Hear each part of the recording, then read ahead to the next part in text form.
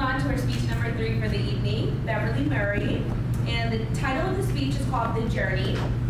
And it's going to be about a storytelling. And it's project number 3 in her second book, I believe, the second manual? Storytelling manual. It's going to be 4 to 6 minutes. And so family trips are always challenging and fun. She wants you to join her on this ride and see if you can end this journey understanding why she loves her annual Christmas trip. Welcome, Beverly.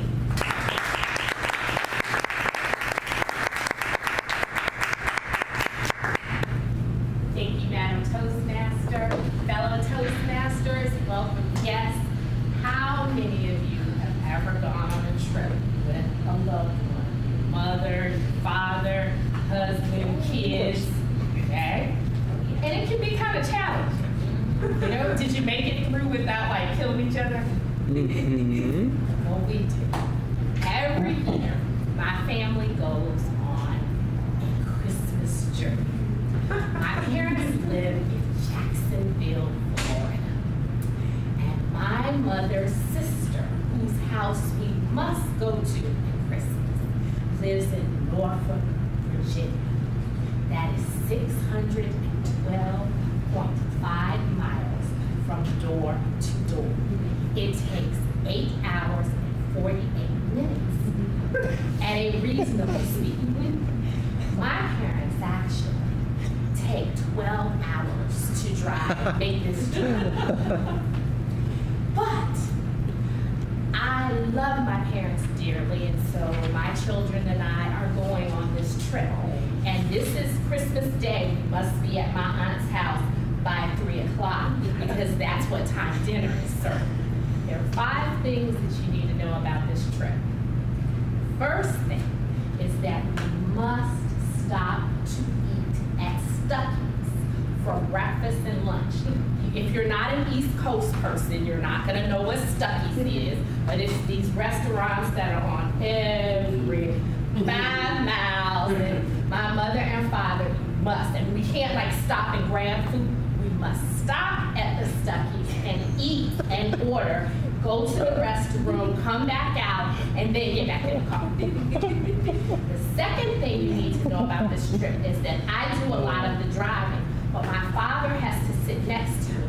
And at various intervals throughout the trip, he is going to tell me about times when he received a ticket from the police whenever he thinks I'm going a little bit too fast. The third thing you need to know, y'all are laughing, the third thing you need to know about this trip is my parents had a Cadillac. It's not an old car, but there are 5 of us, 5 adults. And so they think it's okay for 5 people to ride 612.5 miles in this Cadillac, right? The next thing you need to know about this trip is, on the East Coast, they have rest areas. If you know what those are? Yeah. Okay. So we must stop at rest areas. Now, I don't stop at rest areas because I think, they can be rather dangerous sometimes. But you've got to stop at rest areas. Next thing about this trip, have you ever traveled up 95 North, which is the highway?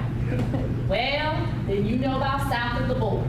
So about 200 miles before you get to this so-called amusement park called south of the border, there's a sign in Chico, and it says you are 198 miles from south of the border. And I'm not kidding. The next sign says you are 192 miles from south of the border. And God forsaken home. And I'm not joking.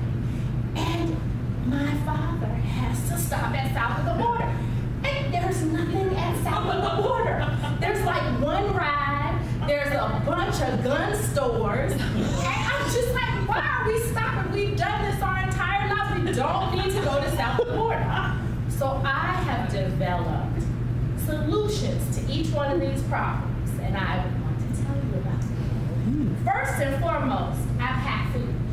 We don't need to stop to eat because I have every kind of food you can ever name. I have these coolers full of food, drinks. Every time somebody says something, I say, oh, that's in the cooler. They say, I want to have this chicken. It's in the cooler. No, it's in the cooler. Because to my aunt's house in 8 hours and 22 minutes. Okay? That's the first thing. The second thing is, I put the car on cruise control. We don't have that problem anymore, right? I also leave at 3 o'clock in the morning. You must open your gifts Christmas Eve because we are leaving at 3 a.m. because I am going to be there so that we don't need to stop for lunch because we're getting there in time, right? Forgot to mention that my parents must play their favorite music throughout this trip. The Dixie Hummingbird, James Cleveland, anything religious, country, we must listen to it for 8 hours. So I bought a book.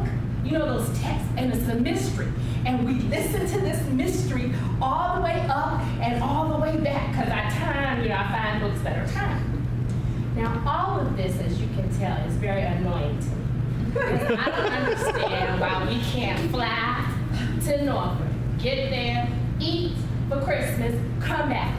And it's not the money, it's the trip.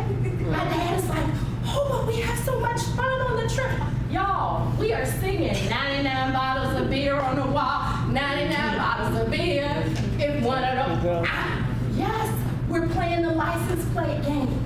I mean, it is just absolutely horrid. And I have to force myself to go. But the moral of this story is that I really love these family trips. I love my mother, I love my father, I love my children. And we have a marvelous time creating memories. And it makes me think of that faith, hope, and love. The greatest of these is love. Because what I really think I will remember for my entire life is all of this family bonding and love that occurs during